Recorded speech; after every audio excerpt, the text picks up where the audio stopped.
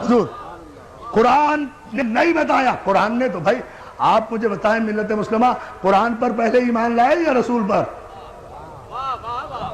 ایمان پہلے کس پر لائے؟ ایمان رسول پر پہلے لائے نا. پہلے رسول کو رسول مانا, صادق مانا, امین مانا, سچا مانا, تب اس نے جو کچھ کہا اسے آپ نے قرآن مانا. آپ کی حیثیت تو یہ ہے کہ نہ آپ نے جبریل کو آتے ہوئے دیکھا, نہ فرشتے کو جاتے ہوئے دیکھا, نہ وحی کو آتے ہوئے دیکھا. کسی صاحب عقل نے آپ سے آج تک پوچھا کہ بھائی اگر جبریل پہلی مرتبہ آیا تھا تو پھر وہ آپ کے سامنے تو نہیں آیا تھا؟ پیغمبر مکے کی زمین میں تو نہیں تھے, مکے کے کسی گھر میں تو نہیں تھے. پیغمبر تو مکے کی ایسی پہاڑی پر تھے جو زمین سے 3000 فٹ کی بلندی پر تھی, وہاں جا کر عبادت کیا کرتے تھے. آپ ہی نے لکھا ہے, آپ ہی نے تو لکھا ہے کہ مکے کی ایک پہاڑی پر جا کر پیغمبر عبادت کیا کرتے تھے. اس پہاڑی کو ہم دیکھ کر آئے ہیں, 3000 فٹ کی بلندی پر وہ غار ہے جہاں میرا رسول جا کر عبادت کیا کرتا تھا. بھئی عبادت کہاں کیا کرتے تھے؟ جب 40 برس کے بعد نبی بنے تو عبادت کس کی کرتے تھے؟ توجہ توجہ توجہ. یا علی یا علی, صلوات دے دینا محمد آل محمد کا. میرا دیکھے نا ذات تو بھائی کس کی عبادت کیا کرتے تھے, کیا پڑھا کرتے تھے؟ اور اگر خود کچھ اور پڑھتے تھے, ہم سے کہا الحمدللہ رب العالمین پڑھو. اللہ جانے یہ جملہ آپ غور فرمائیں گے یا نہیں. خود کچھ اور پڑھا کرتے تھے نماز میں, اور سارے مسلمانوں سے کہا کہ الحمدللہ رب العالمین کے بغیر کسی کی نماز ہی نہیں ہوتی. تو کیا رسول کے قانون بدلتے رہتے ہیں؟ آپ کو پتا کیسے چلا؟ یہ عبادت جو پیغمبر کیا کرتے تھے, کئی رات عبادت میں مصروف رہا کرتے تھے. آپ نے خود لکھا ساری رات عبادت کیا کرتے تھے. ایسے ہی میں فرشتہ, پورے مجمع کی توجہ ماشاءاللہ, ایسے میں فرشتہ آیا تو اور کوئی تیسرا تو نہیں تھا. جب پیغمبر عبادت کرتے تھے, بھئی جتنے بھی مسلمان ہوئے ہم سب کا احترام کرتے تھے, کرتے ہیں, کرتے رہیں گے. جتنے بھی مسلمان ہوئے, ظاہر ہے بڑی منزلت ہے ان عظیم المرتبہ انسانوں کی جو کافر سے مسلمان ہو گئے, ہم تسلیم کرتے ہیں. لیکن جتنے بھی کافر مسلمان ہوئے ہیں عزیزان محترم, وہ بقول آپ کے اعلان رسالت کے بعد مسلمان ہوئے ہیں نا. اعلان رسالت سے پہلے تو کوئی مسلمان نہیں تھا. جب مسلمان نہیں تھا تو کوئی راوی بھی نہیں تھا, کوئی روایت بھی نہیں تھی, کوئی حدیث بھی نہیں تھی, کوئی محدث بھی نہیں تھا, غار میں کوئی موقع کا گواہ بھی نہیں تھا. یا جبریل تھا, یا رسول تھا, یا پہلی آیت تھی. اب آپ نے لکھ دیا کہ یوں فرشتہ آیا, یوں اقرا کہا, یوں رسول نے کہا, میں نہیں جانتا, یوں جبریل نے بھیجا, یوں دبایا, یوں رسول کو پسینہ آیا. توجہ توجہ توجہ. حیدری وہاں تو یا جبریل تھا یا رسول, تیسرا کوئی ہے نہیں. تو یہ سارا واقعہ راوی کو کس نے بتایا؟ جبریل نے.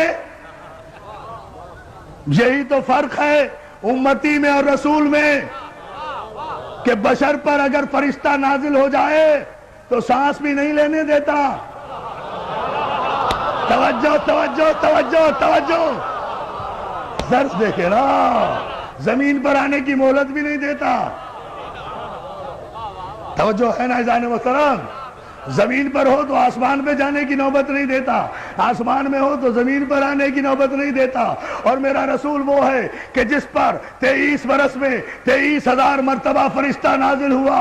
سلام کرو ثبات قلب معصوم کو کہ جس کے قلب میں نہ جنبش ہوئی, نہ لغزش ہوئی, نہ حرکت ہوئی. اس لیے کہ فرشتہ جو ہے وہ بھی تو معصوم ہے نا, کہ اس وقت غار میں کوئی نہیں تھا رسول کے علاوہ اور جبریل کے علاوہ. اور پیغمبر غار سے پورے مجمع کی توجہ, پیغمبر غار سے اترنے کے بعد نہ کسی محلے میں گئے, نہ کسی دوست کے پاس گئے, نہ کسی بت پرست کے پاس گئے, نہ کسی کافر کے پاس گئے, نہ کسی مشرک کے پاس گئے. پیغمبر سیدھے, آپ نے لکھا ہر سیرت کی کتاب میں ابن ہشام سے لے کر شبلی نعمانی تک ہر ایک کی کتاب اٹھا کر دیکھیں، سب نے لکھا کہ پیغمبر سیدھے جناب خدیجۃ الکبریٰ کے پاس گئے ہیں، فاطمہ کی ماں کے پاس گئے ہیں، سارا واقعہ انہیں بتایا ہے کہ پہلی آیت کی شان نزول کیا تھی۔ تو میں یہ نہیں دیکھوں گا کہ راوی کیا کہہ رہا ہے، اس سے احترام رسول مجروح ہوتا ہے۔ مجھے تو یہ بتاؤ کہ خدیجۃ الکبریٰ نے کیا کہا،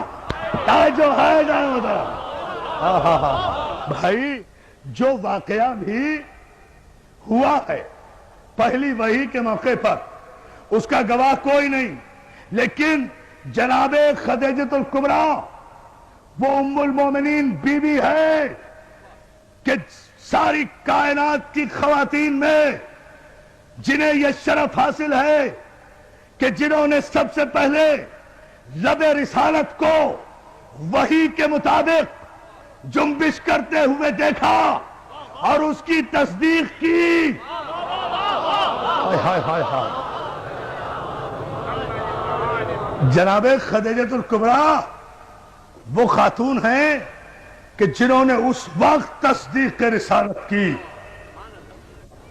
جب کوئی تصدیق کرنے والا نہیں تھا۔ تو اس پہلی آیت کی راویہ یا تو خدیجۃ الکبریٰ ہوں گی، یا ابو طالب ہوں گے، یا جبریل، یا رسول۔ ان چاروں میں سے مجھے بتاؤ کس نے روایت کی کہ جبریل نے جب اقرا کہا تو پیغمبر نے کہا میں پڑھا لکھا نہیں ہوں؟ کمال ہے۔ آپ مجھے بتائیے کہ اگر یہاں بھی میرے پیغمبر کی تو توہین نہیں ہوئی، بھئی پیغمبر کو کہا نا جبریل نے اقرا، اگر معاذ اللہ پیغمبر نے کہا کہ میں پڑھا ہوا نہیں ہوں تو غلطی کس کی؟ بھئی مجھے پاک محرم ایسوسی ایشن کے نقیر رضوی صاحب نے اور ان کے اراکین نے کہا کہ آپ نشتر پارک میں مجلس پڑھیے،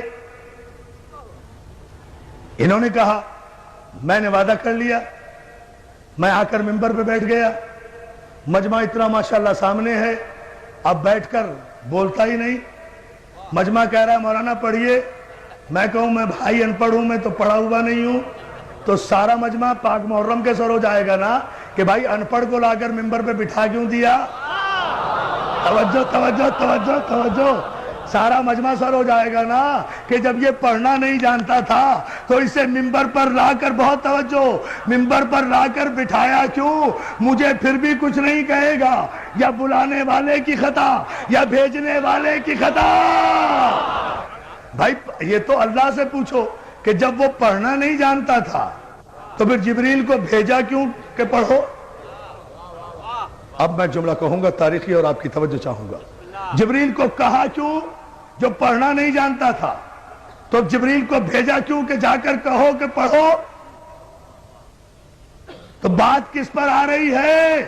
خدا کے لیے شریعت اور معصوم کے فلسفے کو سمجھو۔ پہلی آیت ہی کی معنی و مفاہیم جن کے سمجھ میں نہیں آئے اور شان نزول سمجھ میں نہیں آیا، انہیں کیا پتا کہ شریعت کیا ہے اور بادشاہت کیا ہے؟ صلوات علی محمد و آل محمد۔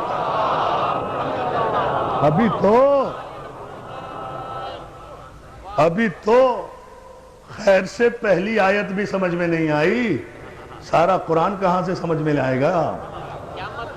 اس لیے کہ پہلی آیت ہی ابھی سمجھ میں نہیں آ رہی کہ یہ کس طرح نازل ہوئی تھی، اور مجبوری بھی ہے، پیدائشی مجبوری، اس میں کوئی قصور بھی نہیں ہے، ان کا بھی کوئی قصور نہیں، ہم تو بڑے ادب کے ساتھ کہہ رہے ہیں اس میں کوئی قصور بھی نہیں۔ بات صرف اتنی ہے، مسئلہ صرف اتنا سا ہے، سمجھ لیجئے، بات واضح ہو جائے گی۔ بات میرے عزیز دوستو صرف اتنی سی ہے کہ اللہ جن معصومین اور معصوم انبیاء کی پرورش کرنے والوں کو منتخب کر لیتا ہے نا، ان کے نقش قدم کو بھی شریعت بنا دیتا ہے، ان کے نقش قدم کو بھی شریعت بنا دیتا ہے۔ مجھے بتائیے نا، کعبے میں جتنی شریعت جاری ہے نقش قدم ہے نا معصوم کا؟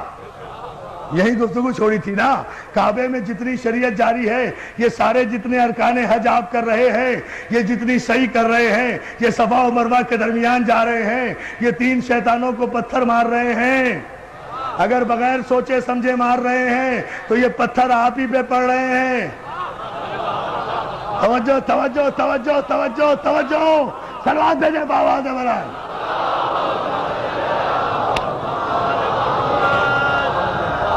اگر فلسفہ حج سے آگاہی نہیں، یہ سب کچھ کیوں کر رہے ہیں؟ کیوں؟ کچھ ابراہیم نے ایسا کیا، کچھ اسماعیل نے کیا، کچھ اسماعیل کی ماں نے عمل کیا. خدا نے باپ کے عمل کو بھی شریعت بنایا، بیٹے کے عمل کو بھی شریعت بنایا، معصوم نبی کی ماں کے عمل کو بھی شریعت بنایا.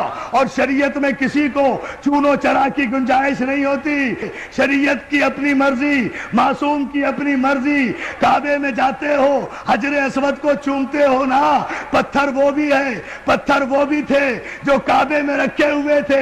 اگر ان پتھروں کو پوجا تو کافر ہو جاؤ گے، اسے نہ چوما تو کافر ہو جاؤ گے.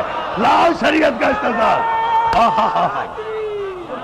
بولو شریعت پر کو توجہ ہے میرے دوستو.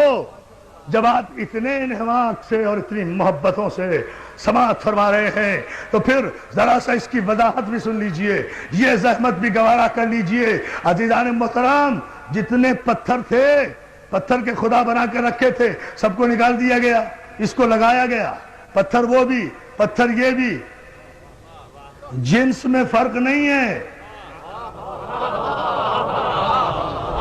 اب ذرا سا علمی مرحلہ ہے، اسے سمجھ لیں آپ، تھوڑا سا غور کریں، نتیجہ سامنے آئے گا. جنس میں فرق نہیں ہے. ایک کو ہٹا دیا گیا، ایک کو لگا دیا گیا. 360 کو ہٹا دیا گیا، ایک کو لگا دیا گیا. چلیے بات واضح کر دوں، ٹھیک ہے نا؟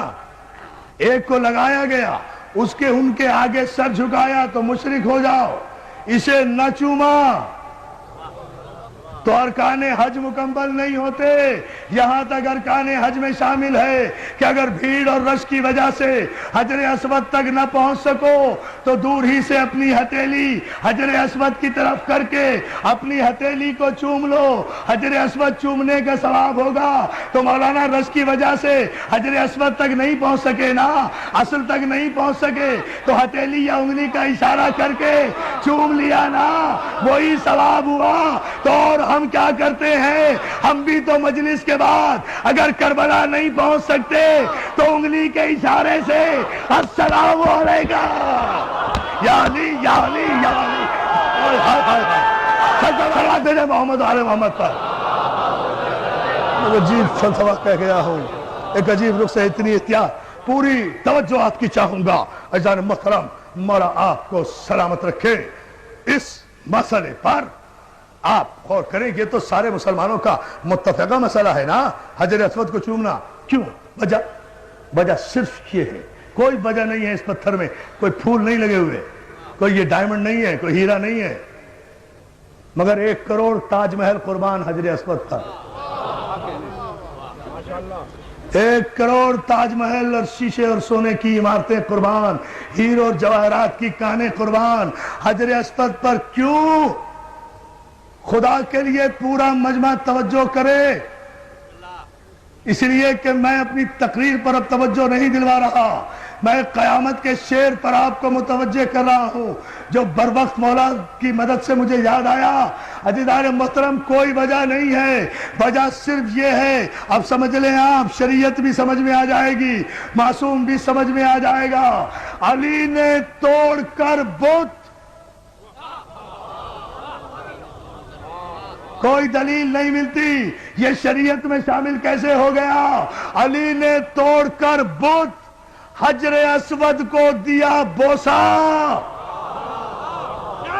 ٹھہرو بیٹا، ٹھہرو نہیں. علی نے توڑ کر بت حجر اسود کو دیا بوسا. کہیں بگڑی، کہیں پر بن گئی تقدیر پتھر کی. یا علی یا علی یا علی.